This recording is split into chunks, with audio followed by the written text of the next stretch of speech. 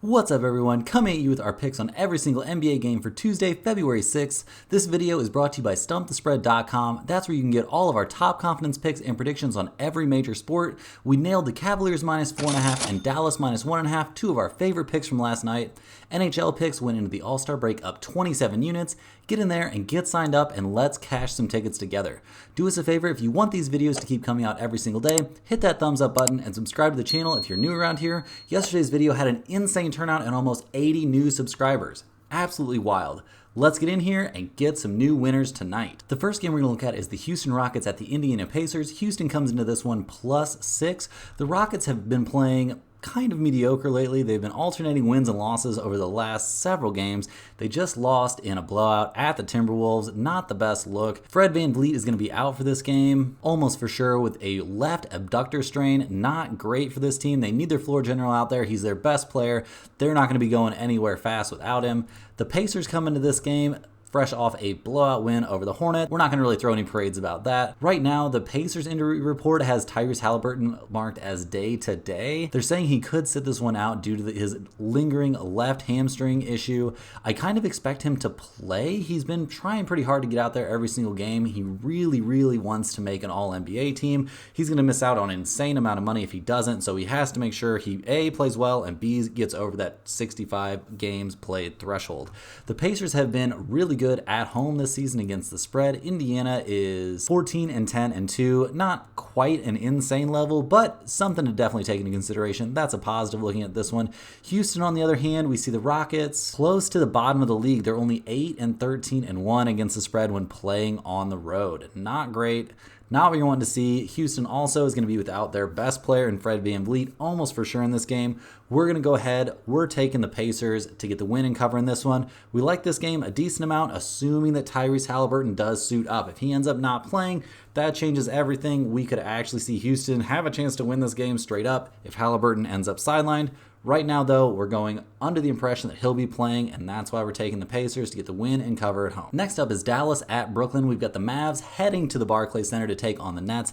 Dallas is currently at -1 for this game. The Mavs got a win as we predicted. That one felt pretty good. They ended up getting a comfortable 16-point win playing against the 76ers. They were playing the 76ers with no Embiid out there, so that's not exactly a premium win or anything like that, but the Mavs are getting back to playing some decent ball as they continue to try and get healthy. We did see both Doncic and Kyrie Irving play in this game. That's the Mavs at full strength. If both those guys are on the floor, this team can have nights where they can hang with anyone. I don't think they're going to be winning a whole lot of series in the Western Conference unless both of these guys really play out of their mind, but they can beat any team. The Nets come into this game fresh off a home game against the Warriors.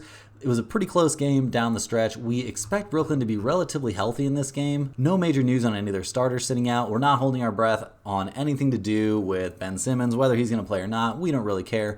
Brooklyn at home this season has been pretty good against the spread. They're actually 14-9-2 against the spread when they're playing on their home court. And playing on no rest, the Nets are 2-3-1. Dallas, on the other hand, has actually been excellent playing on no rest. The Mavs are 5-3 against the spread, playing on no rest. We expect Kyrie to play in this game and be totally fine. There's no reason to think he had any issues with his thumb, so he's going to be good to go. Luka could go either way, whether or not he'll play on back-to-back nights, but if you've got Kyrie out there playing against the Nets where he's going to want to show out against a franchise that he forced his way out of, we're going to go with the Mavs playing on the road on no rest in this one. Keep an eye on the injury reports. If Luka plays too, this instantly becomes a lock and one of our bigger plays of the night, but we think there's a decent chance he'll actually end up sitting this game out. It's the second half of a back-to-back, and the Mavs have bigger aspirations, rightly or wrongly, than just winning a regular season game. We're going to go ahead and go with the Mavs to get the win and cover in this one. In the next game, we see a battle between two Florida teams. We've got the Orlando Magic heading to Miami to take on the Heat.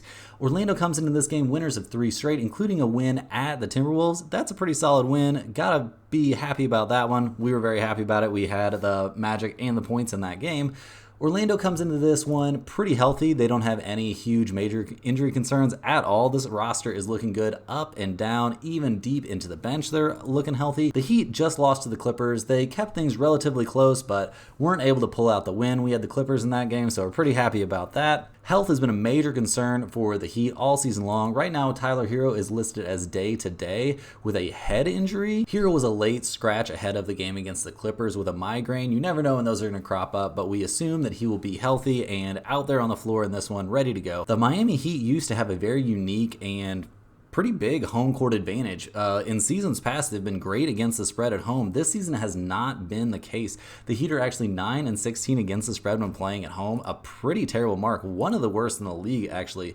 And we have the Orlando Magic, who are a league best 18-10-0 against the spread when playing on the road. Orlando is playing really well right now. They're fully healthy. We expect them to really go out there and get after it against the Heat. This is going to be one of our biggest bets and one of our best plays of the night. We're definitely taking the Magic and the points in this one. They're going to keep this game extremely close. I could see them actually getting a blowout win. They've got all the pieces to guard Jimmy Butler. They've got all the pieces to guard pretty much everybody on the Heat. Bam could be a little bit of a concern, but the overall size on Orlando's lineup, they're going to be fine.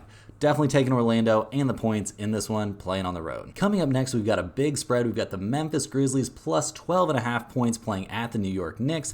The Grizzlies have been floundering lately. That's no secret. They can't keep it close against anybody. We had the Celtics as a 16 or 18 point favorite against them, and the Celtics ended up winning by 40. We were on the Celtics in that one. Not a play, not a game we were going to actually bet. That's not something we do. These huge spreads we don't usually like, but this one we might actually like a little bit. The Knicks come into this game with Anunoby out. That's not a great sign. He's dealing with an elbow issue, which is kind of weird. I haven't heard anything major about this.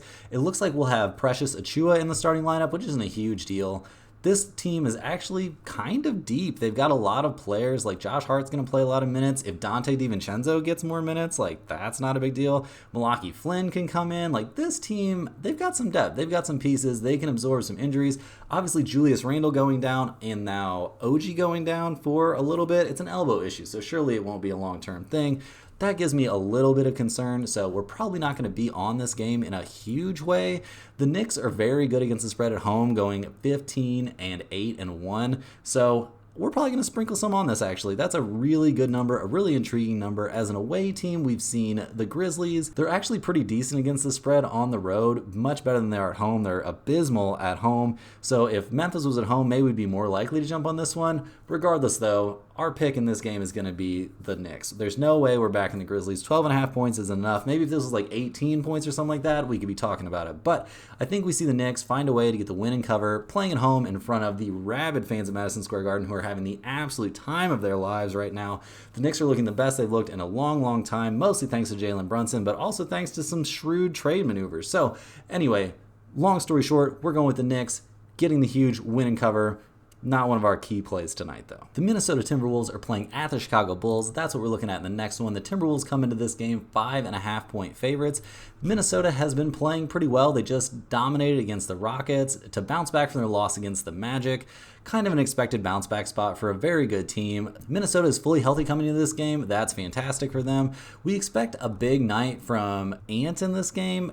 Karl Anthony Towns, you never know what you're going to get on a nightly basis. Rudy Gobert, I expect him to kind of dominate his matchup on the interior against Vujicic. And the Bulls are banged up. Chicago comes into this game fresh off a loss to the Kings, kind of an expected loss here, and they have a plethora of injuries. We see Kobe White listed as day-to-day, Alex Caruso listed as day-to-day, Patrick Williams is out. That leaves DeMar DeRozan, old man DeMar DeRozan at this point in his career, and Nikola Vujicic as the healthy pieces of this lineup. I don't really see Chicago hanging with the Timberwolves in this one. The only way this is close is if it's a kind of one of those Timberwolves games where they don't seem to really show up. They play down to the level of their competition, and then at the end of the game, they're like, oh crap, let's give Cat the ball and hope that he can just figure this out, or let's give Anthony Edwards the ball, or Anthony Edwards is going to just take over here and then try to win the game that way. But against the Bulls, honestly, especially if Alex Caruso sits out, that could totally work. If Caruso ends up out for this game, we are going to be on the Timberwolves in a big way. Minnesota on the road, not the best. They're only 12-14 against the spread, but that's not bad enough that we're really going to be dogging on them in a big way. That's not a concerning enough number to take into account in a huge way.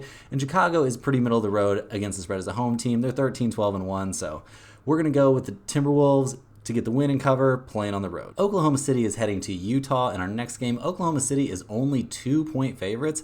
That seems pretty weird. And when you look at the injury report for the Thunder, we're not seeing anything too scary. Jalen Williams is still out, but we see everyone else likely to play. SGA is going to play, Giddey's going to play, Dort's going to play, and Chet Holmgren's going to play. When they've got their starting five, good things are going to happen. This is a very exciting young team. They've been playing very well lately. They've won 3 in a row, including a win over the Nuggets, so that's got to feel great. And the Thunder, playing away from home, are near the top of the league. They're 14-9-1 against the spread playing on the road, so that's all very, very encouraging. The Utah Jazz come into this game fresh off a win over the Milwaukee Bucks, so we actually catch the Jazz in a big letdown spot here. That's feels pretty good. Feels like this is definitely going to be one of our bigger bets. The Jazz are healthy, so that's annoying. It'd be great if they had some injury or somebody sitting out for rest or whatever, but I think that the Thunder match up pretty well. I think there's several options for OKC to guard Markkanen.